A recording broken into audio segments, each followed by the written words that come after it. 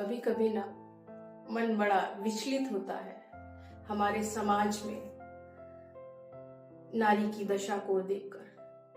पर फिर सोचती हूँ, क्या ये सब नया है हमारे समाज में? नहीं ना, ये तो पुरातन काल से चलता चला आया है। कभी अहिल्या, कभी सीता, कभी द्रौपदी। ये सब वो नारियां हैं जिन्होंने उनका दोष ना होते हुए भी बहुत कुछ सहा था। और इतना ही नहीं, सहने के बाद भी बहुत ही साहस और सम्मान पूर्वक अपने बाकी के जीवन को व्यतीत किया था। तो क्या स्त्रियां कमजोर होती हैं? या फिर सोचती हूं कि क्या पुरुष के अंदर इतना साहस है? समझ में नहीं आता। कभी मन स्त्री की तरफ भागता है, कभी पुरुष की तरफ। पर बार बार पलड़ा स्त्री का ही भारी लगता है। शायद इसकी एक वजह यह भी हो सकती है कि मैं स्त्री हूं। खैर, जो भी हो, इन्हीं सब उलझनों के बीच में मैंने एक पोयम को लिखा है, एक कविता रची है।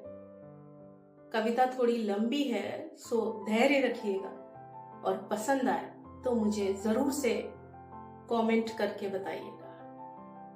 तो ले चलती हूं आपको अपनी आज की कविता, क्योंकि वो पुरुष था, की ओर।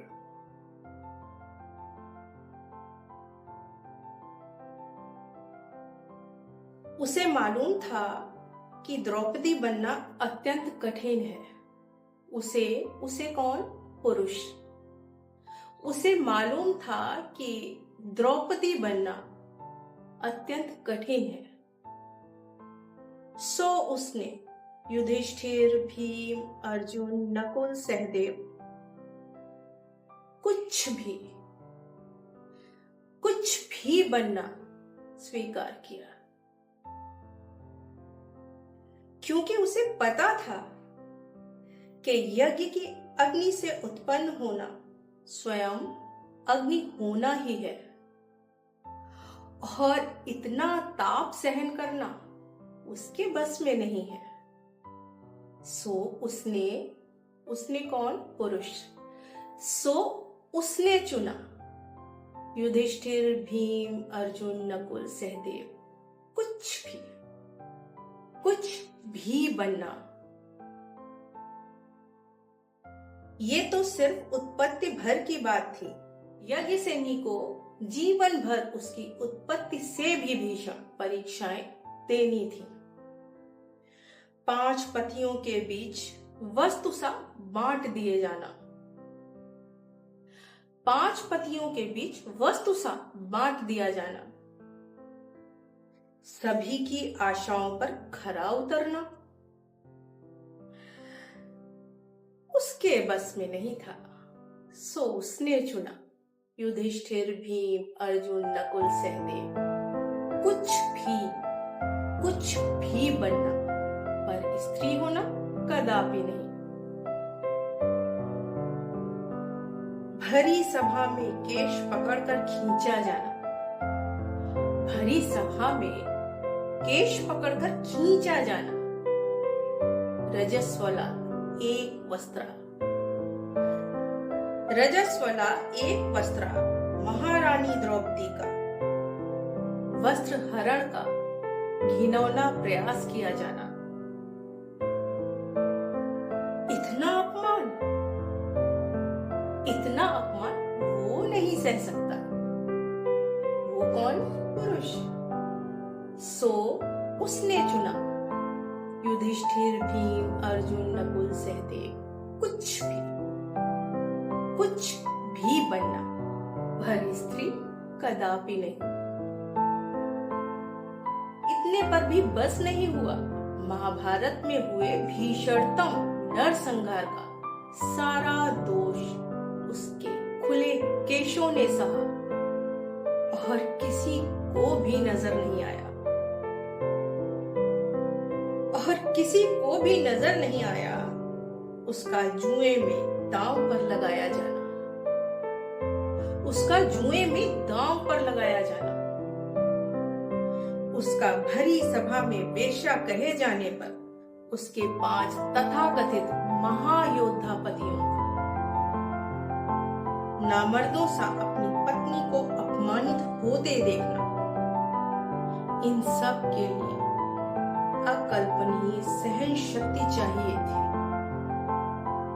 इन सब के लिए अकल्पनीय सहन शक्ति चाहिए थी जो उसके पास नहीं थी। सो उसने चुना युधिष्ठिर, भीम, अर्जुन, नकुल, सहदेव, कुछ भी होना।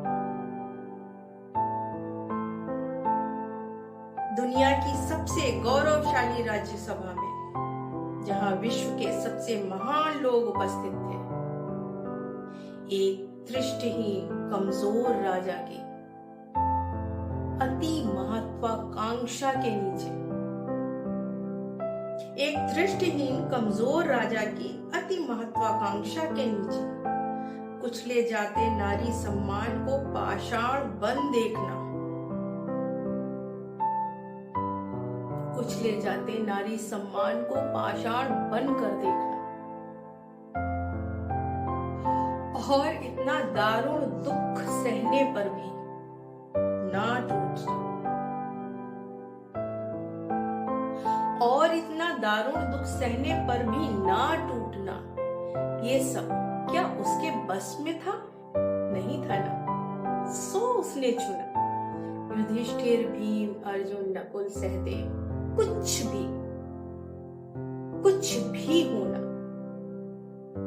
पर स्त्री कदापि नहीं।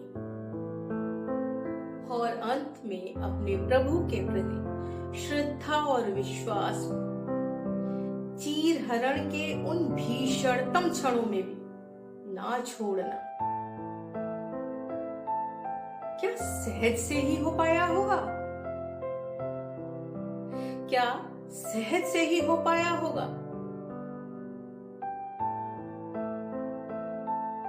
शायद नहीं।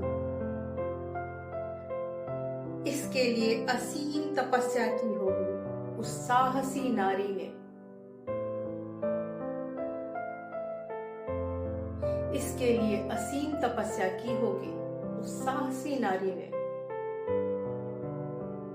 और इतनी तपस्या, श्रद्धा, विश्वास, साहस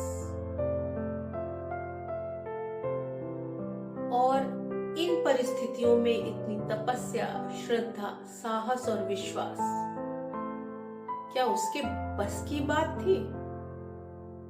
शायद बिल्कुल नहीं। सो उसने चुना युधिष्ठिर, भीम, अर्जुन, नकुल, सहदेव, कुछ भी होना, पर द्रौपदी एक स्त्री कदापि नहीं। और अंत में